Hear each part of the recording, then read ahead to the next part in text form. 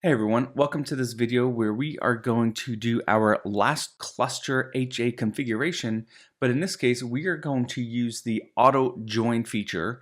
And again, the auto join feature allows us to use tags of our Vault nodes based upon the platform that we're running on in order to create a cluster automatically based upon the value of those tags. So let's take a look to see what we have here. I have 3 nodes up and running. They're the same nodes that we've been running up until this point, but I have done some reconfiguration and I want to make sure I show you everything. So again, 3 nodes running in AWS. So the first thing I want to do is show you everything in AWS that I have. The first thing you can see, I have 3 nodes just up and running. They're just running Amazon Linux. Again, if I click on one node, the one thing I want to show you really quickly is I've added tags to this node. So I had my name tag already on there, but I've added a new tag. The tag is called cluster for the key, and the value is called US East 1. So those are new tags that I've added to all 3 of my nodes. Now what we're going to do is we're going to configure Vault to use those new tags in order to automatically create a cluster. So what we're going to do is go over here and I'm going to show you the configuration file that I have updated. So if I do a cat etc vault and then vault.hcl. So what I've done is I've updated our retry join stanza. So rather than have multiple retry join stanzas pointing to a specific IP address or a host name, I've updated our retry join stanza and I've added this auto join configuration. So I have the provider is AWS because I'm running these instances on AWS. The region is US East 1 because that's where my instances are running. And more importantly, this configuration tells Vault what region to go out and discover tags for. So if you're running in US West 2 or something like that, make sure you update that. You have tag key is cluster and tag value is US East 1. Again, if you go back over to our tags, our tag key is cluster, our tag value is US East 1. Now, I've also added this auto join scheme equals HTTP. By default, it's HTTPS, but because on this cluster I have TLS disabled just for this lab, I had to go ahead and add this so it would join the other nodes to create a cluster using HTTP instead of HTTPS. But in production, you should either set this to HTTPS or just take it out because the default is HTTP. So anyway, the other thing that we have again is our AWS Auto Unseal. So we're going to have that configured as well. So I'm going to clear the screen here.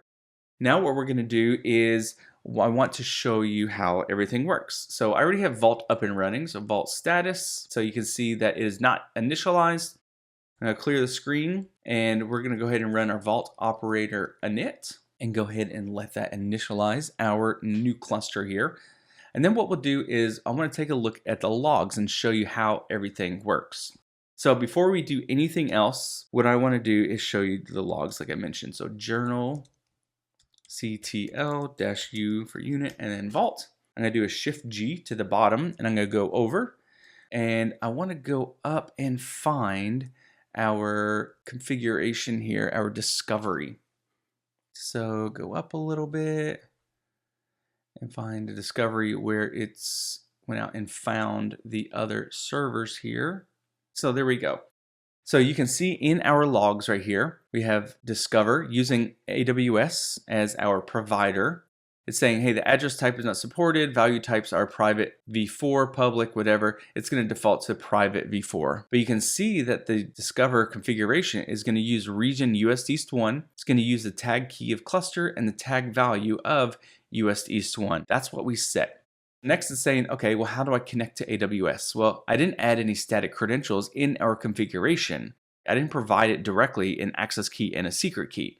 But what I do have as part of these instances is an instance role attached to the instances.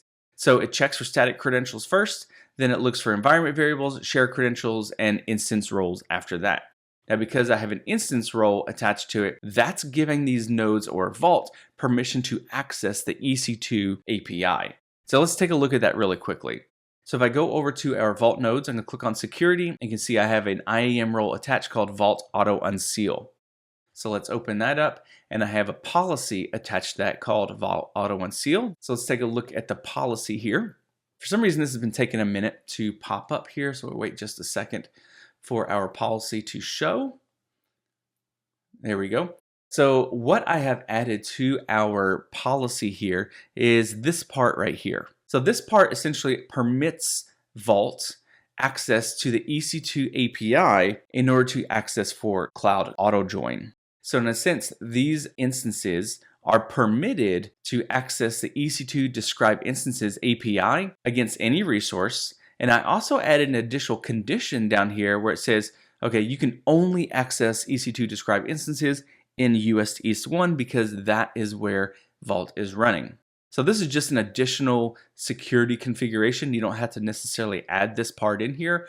But again, if you're only running Vault in US East 1, we're following the principle of least privilege and only permitting it access to the EC2 API in US East 1. Now you can see the other configuration I have up here. We talked about auto unseal earlier in the course, but this is how my instances are getting access to use the KMS key for auto unseal. So I have KMS encrypt, decrypt, describe key on the specific KMS key that we are using. But this is the important part for this particular lab because this provides Vault with permission to access the EC2 API in order to search for those tags on all of our instances. So let's go back over here. So it's going to use that instance role that we just showed you. So it's saying the region is US East 1, it's creating a session with AWS. It's filtering instances with this key and this value here. It found one reservation that has 3 instances. It's discovering the 3 nodes that have our configuration. So we have this 10.1, 101, 199, which is actually this node we're on. And we have our other 2 nodes, 10.1, 101, 25, 10.1, 101, 108. So it says, hey, I found these IP addresses that have the right tags. Now it's going to attempt to join those nodes by the IP address. And notice it has HTTP here instead of HTTPS because of our auto join scheme that we set as HTTP. So that's what it's going to use in order to create our cluster automatically. So we're going to get out of here. I'm going to clear the screen and let's go ahead and I'm going to scroll up here and we'll do a Vault status here. So you can see that we are initialized and we are unsealed. You can see this is the active node. Let's go over to these other nodes. Vault status. You can see that we didn't touch this node yet, but you can see it's already initialized and unsealed. It is a standby node. And notice that it says, hey, the leader is 199. That's our other node that we are on just right here. That's the one we ran our Vault operator init.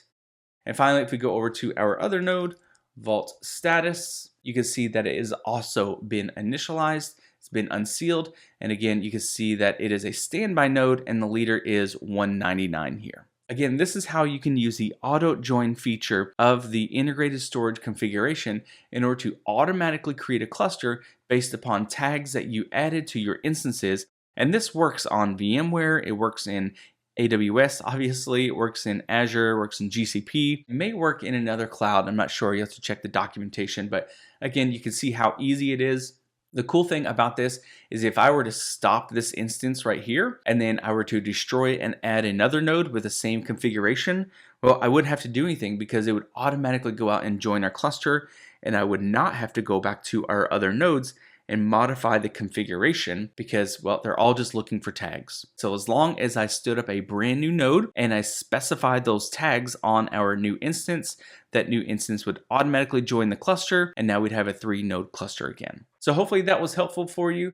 That's 3 different ways that you can create a Vault HA cluster. You won't be asked to do all 3 of them in the exam. Most likely you just have to do the manual one, which is the first demo where we just manually did a Vault operator raft join, and then we did an IP address here. We added the IP here.